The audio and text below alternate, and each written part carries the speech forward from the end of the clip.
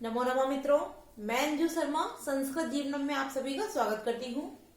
तो जैसा कि मित्रों, कल की कक्षा में हम लोगों ने हमारे जो श्रीमद् भगवत गीता है उसके भूमिका भाग से जितने भी महत्वपूर्ण प्रश्न थे या जो भी महत्वपूर्ण तथ्य थे जिनसे प्रश्न बन सकते थे, उन सभी प्रश्नों और विषयों का अध्ययन हम लोग कल की कक्षा में कर चुके हैं। तो जैसा कि भूमिका भाग के जो भी प्रश्न बन सकते थे, तो भूमिका भाग प्रथम और द्वितीय अर्थात दो भागों में हमने उन भूमिका भागों में सभी संपूर्ण जो हमारे महत्वपूर्ण जो भी वर्णन थे अर्थात जो भी व्याख्यान थे, उन सभी महत्वपूर्ण तत्वों का अध्ययन कर लिया था जहां से प्रश्न बन सकते हैं। तो आज की कक्षा में हम लोग हमारा, जैसा कि हमने कहा था कल की कक्षा में, कि कल की कक्षा से हम लोग जो हमारा श्रीमद् भगवत गीता है और जिसके द्वितीय अध्याय को जो हमारा एलटी और पीजीटी के पाठ्यक्रम में सम्मिलित है, तो पीजीटी और एलटी के पाठ्यक्रम के अनुसार ही हम लोग श्रीमद्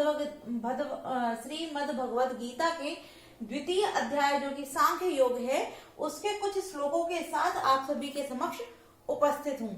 तो जो भी मित्र हमारे साथ लाइव जुड़ चुके हैं, जिनमें अभय जी हैं, सुमन जी हैं, ओम नमः शिवाय जी हैं, अजय गौड़ हैं, शालिनी सिंह हैं, वीटू कुमार हैं, श्यामवीर हैं, विजय यादव हैं, और भी हमारे जो मित्र जुड़ चुके हैं जिनमें सुशील कुमार जी हैं। तो आप सभी लोग वीडियो की लिंक को शेयर कर दीजिए जिससे कि अधिक से अधिक लोग वीडियो के साथ लाइव जुड़े। और आप सभी मित्रों से अनुरोध है कि आप लोग अधिक से अधिक संख्या में लाइव आया कीजिए, क्योंकि आप जितने ही लोग लाइव आते हैं मुझे उतनी ही ऊर्जा मिलती है और मैं उतना ही और प्रोत्साहित होकर और अधिक परिश्रम करती हूँ, जिससे कि आप सभी के समक्ष सरल से सरल और आसान से आसान शब्दों में जो हमारे साहित्य है उसकी कक्षा में, साथ ही साथ जो हमारी 8 बजे वाली व्याकरण की कक्षा चलती है, क्योंकि हमारे अधिकांशतः मित्रों को पता है कि हमारी एक 8 बजे और एक 8:30 बजे 2 कक्षाएं होती हैं, जिसमें 8 बजे वाली कक्षा में हम लोग व्याकरण का अध्ययन करते हैं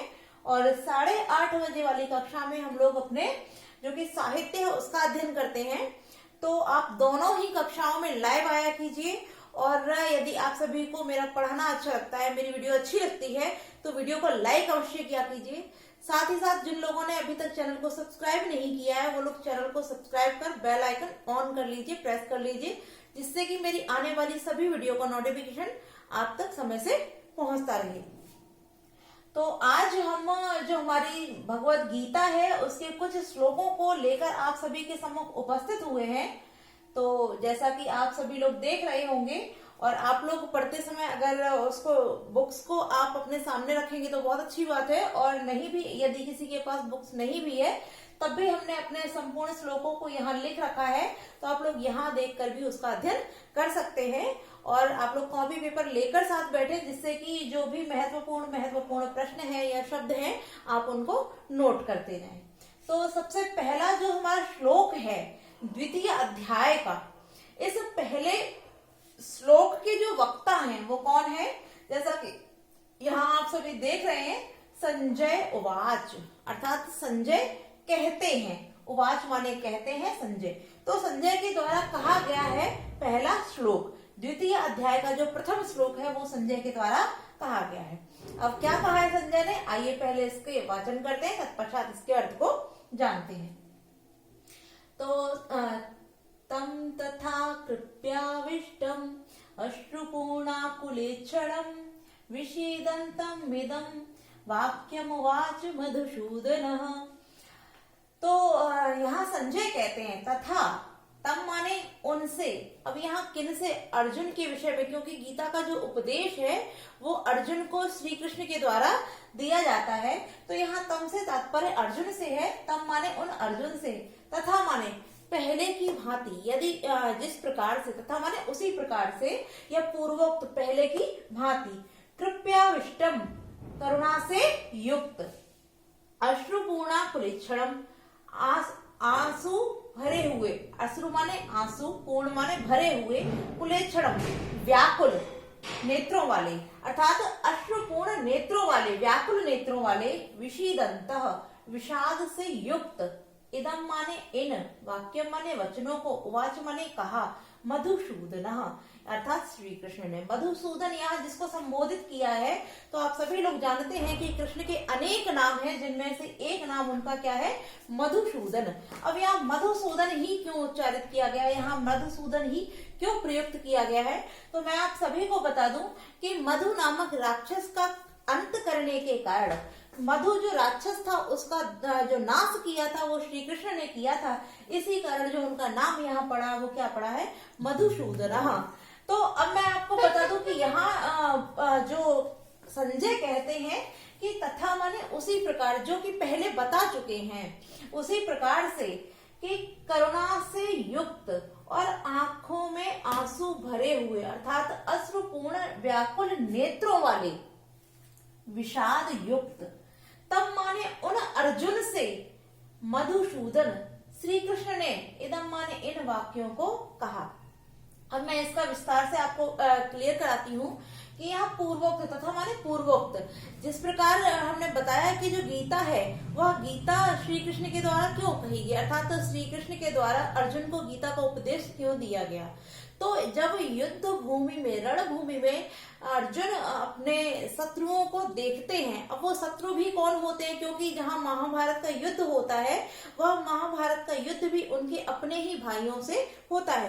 तात्पर्य जो अर्जुन इत्यादि जो 5 भाई होते हैं वो पांडव होते हैं, और जो दुर्योधन इत्यादि 100 होते हैं वो कौन होते हैं, कौरव होते हैं।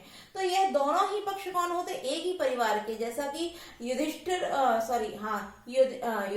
और पांडव, युधिष्ठिर नाम क्या है दुर्योधन की पिता का, धृतराष्ट्र, और जो पांडव हैं वो दोनों सगे भाई होते हैं, और धृतराष्ट्र के 100 पुत्र होते हैं, जो दुर्योधन इत्यादि 100 होते हैं, और पांडव के 5 पुत्र होते हैं, जो कि अर्जुन, युधिष्ठिर, भीम, नकुल और सहदेव होते हैं।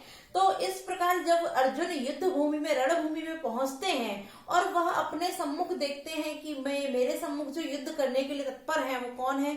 अब उस कौरव सेना के जो प्रधान सेनापति होते हैं वो भीष्म होते हैं, जिनकी गोद में खेलकर अर्जुन बाल्यावस्था से लेकर, अर्थात बचपन से लेकर युवा तक उनके स्नेह में पलते हैं। इस कारण जब वह अपने सम्मुख अपने सगे संबंधियों को देखते हैं तो वहां उनके अंदर मोह उत्पन्न हो जाता है, और उस मोह के कारण वह युद्ध करने से मना कर देते हैं, अर्थात युद्ध करने का निश्चय त्याग कर, उसका दृढ़ संकल्प त्याग कर वह अपने रथ के पीछे वाले भाग में जाकर बैठ जाते हैं। तो क्योंकि इतनी सब बातें संजय बता चुके हैं, इसीलिए यहाँ कहा गया पूर्वोक्त, अर्थात संजय के द्वारा यह बता दिया गया है कि अर्जुन मोह के कारण युद्ध का निश्चय त्याग करके और अपने रथ के पिछले भाग में जा बैठा है, और फिर ऐसे अर्जुन को, तब माने ऐसे अर्जुन को, अब वो कैसे अर्जुन है, तो यहाँ विशेषताएं बताई गई, कैसे हैं, करुणा से युक्त, कृपया विष्टम, करुणा से भरे हुए हैं। करुणा से क्यों भरे हैं, वो यह देख रहे हैं कि मेरे सम्मुख भीष्म है, भीष्म पितामह है, द्रोणाचार्य हैं और मेरे भाई हैं, मैं इन पर प्रहार कैसे करूं। इस कारण वह करुणा से पूर्ण है, करुणा से भरे हुए हैं। और इसी कारण उनकी दूसरी विशेषता क्या बताई कि अश्रुपूर्ण कुलेक्षणम, यानी कि आंखों में जिनके अश्रु भरे हुए हैं, ऐसे व्याकुल नेत्रों वाले हैं कि आंसुओं से पूर्ण, आंसुओं से भरे हुए व्याकुल नेत्रों वाले हैं। साथ ही साथ विषाद युक्त है, उनके अंदर विषाद भी है, दुख भी है। ऐसे अर्जुन से, तब माने ऐसे अर्जुन से मधुसूदन उन श्री कृष्ण ने इन वाक्यों को कहा। अब यहाँ मधुसूदन भी बता दिया कि मधु नामक दैत्य का अंत करने के कारण यहाँ जो कृष्ण है इनको मधुसूदन कहा गया है। अब यहाँ मधुसूदन ही क्यों प्रयुक्त किया है, यदि रणभूमि में किसी वीर को कोई उपदेश देने वाला व्यक्ति होता है तो वह भी वीर ही होता है। ऐसा नहीं है कि कोई भी वहां एक वीर को जाकर उपदेश दे दे। तो इसीलिए जो श्री कृष्ण थे वो मधुसूदन है, मधु का अंत करने वाले हैं, इसलिए वह भी वीर हैं। उनकी भी वीरता का यहाँ प्रयोग करके, अर्थात उनके वीरत्व के भाव को प्रयोग करके उनको मधुसूदन के नाम से यहाँ संबोधित किया गया है। तो संजय बताते रहते हैं, क्योंकि संजय धृतराष्ट्र को संपूर्ण जो कुरुक्षेत्र में जो भी युद्ध भूमि में, रणभूमि में जो भी क्रियाकलाप होते हैं, उन संपूर्ण वृत्तांत को जो संजय होते हैं वो धृतराष्ट्र से कहते रहते हैं। तो उसी श्रृंखला में संजय कहते हैं उनसे कि मैंने जिस प्रकार आपको पहले बता दिया है कि अर्जुन युद्ध का निश्चय त्याग करके और अपने रथ के पीछे भाग में जाकर बैठा है, ऐसे करुणा से युक्त, अश्रुपूर्ण व्याकुल नेत्रों वाले और विषाद युक्त उस अर्जुन से श्री कृष्ण ने इन वाक्यों को कहा। ठीक है, तो आप सभी का ये जो हमारा प्रथम श्लोक था ये संपूर्ण हो चुका होगा और मुझे पूरी उम्मीद है कि आपको बहुत अच्छे से समझ में भी आ गया होगा। अब हम अपने दूसरे श्लोक की ओर बढ़ते हैं, जिसके वक्ता कौन है, जैसे लिखा हुआ श्री भगवान उवाच, अर्थात श्री भगवान उवाच, भगवान कहते हैं। अब श्री भगवान कौन, अर्थात श्री कृष्ण के द्वारा कहा जाता है। क्या कहा जाता है, कुतस्त्वाम कस्मलम इदम विषमे समुपस्थितम अनार्य जुष्टम अस्वर्गम अकीर्तिकर अर्जुन। अब यहाँ जो श्री कृष्ण है वो कहना चाहते हैं, कुतः माने कहां से, तो हम माने तुम्हारे अंदर, कस्मलम, कस्मलम माने मोह, इदम माने यह, विषमे माने युद्ध में, सम उपस्थित हो गया है। अनार्य जुष्टम, अनार्य, अनार्य अर्थात दुष्टों के, और जुष्टम माने योग्य, अर्थात जो दुष्टों के योग्य है, अर्थात जो अनार्यों के द्वारा उचित है ऐसा। अस्वर्गम, अस्वर्गम अर्थात जो स्वर्ग को नहीं ले जाता है ऐसा। अकीर्तिकर, जो अयशकर है, जो कीर्ति नहीं अपयश को प्राप्त कराने वाला है। अर्जुनम, हे अर्जुन। तो यहाँ भगवान श्री कृष्ण कहना आरंभ करते हैं कि हे अर्जुन, वहां अर्जुन को संबोधित, क्योंकि श्री कृष्ण जो कहते हैं वो अर्जुन से ही कहते हैं, तो वो कहना आरंभ करते हैं कि हे अर्जुन, यह जो युद्ध, विषम माने युद्ध, इस रणभूमि में, हे अर्जुन इस रणभूमि में अनार्य जुष्टम, जो नीच लोगों के द्वारा अर्थात अनार्यों के द्वारा जो उचित है ऐसा व्यवहार, अस्वर्गम, स्वर्गम अर्थात जब युद्ध करता है कोई, तो ये एक व्यक्ति पराजित होता है और एक जीतता है, अर्थात एक तरफ जय और दूसरी तरफ पराजय होती है। तो कुछ व्यक्ति ऐसे भी होते हैं जो पराजय के साथ साथ में युद्ध के अर्थात रणभूमि में मृत्यु को प्राप्त होते हैं।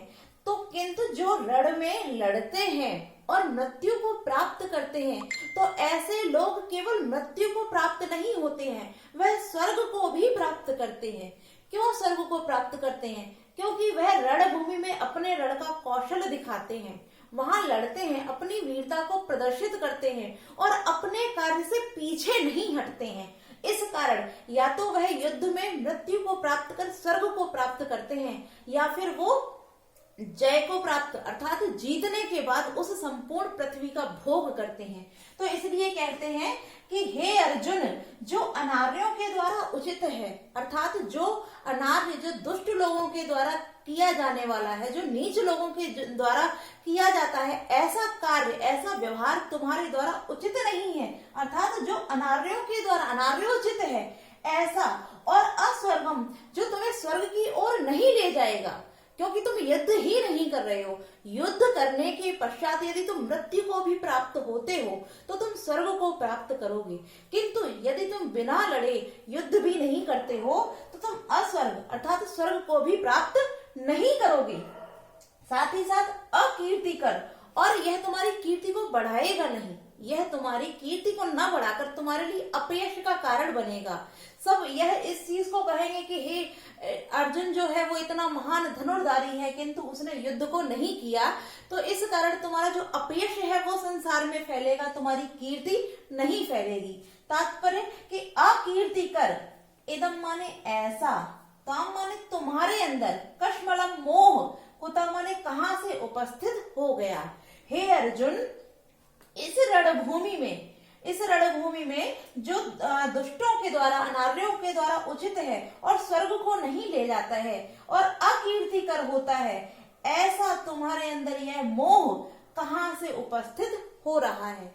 तात्पर्य कि तुमने यहाँ युद्ध भूमि में बैठकर जो तुम मोह कह रहे हो कि यह मेरा है, यह पराया है, तुम युद्ध भूमि में कोई भी जब युद्ध करने आता है तो वहां अपने और पराये का मोह त्याग करके उसको युद्ध करना चाहिए। इसलिए यह जो अनार्यों के द्वारा किए जाने वाला जो व्यवहार है, इस व्यवहार को तुम त्याग दो, यह मोह तुम्हारे लिए उचित नहीं है।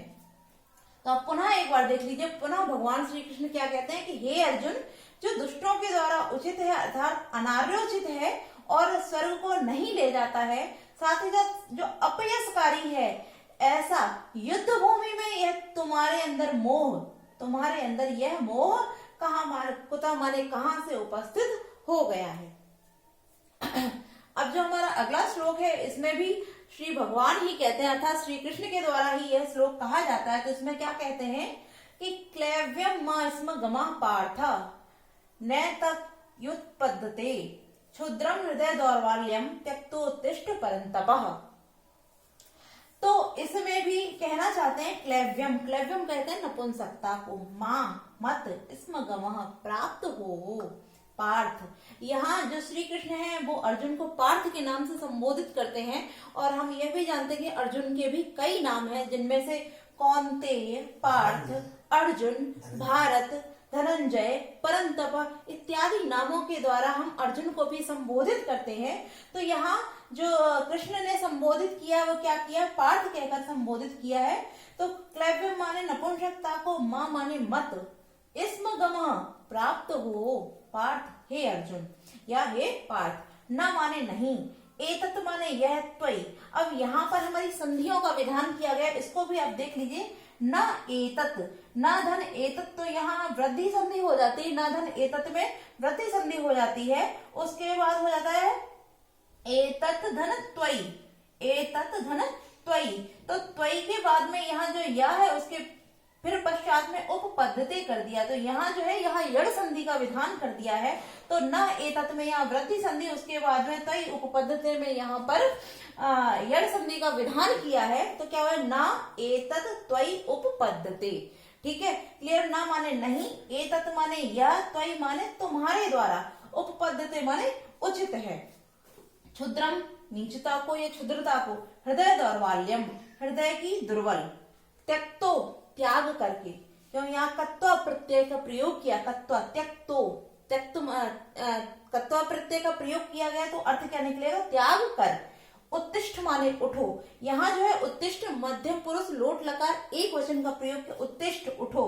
परंतपा हे अर्जुन, परंतपा यहाँ भी अर्जुन के लिए संबोधित किया है।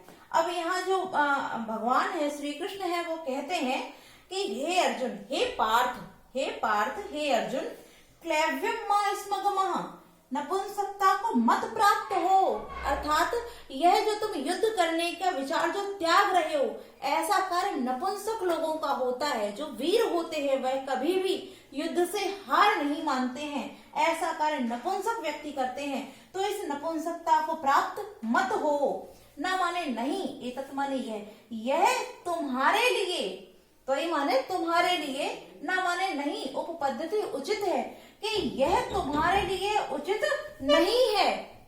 इसलिए हे अर्जुन, इस नपुंसकता को प्राप्त मत हो, क्योंकि यह तुम्हारे जैसे वीर पराक्रमी के लिए उचित नहीं है।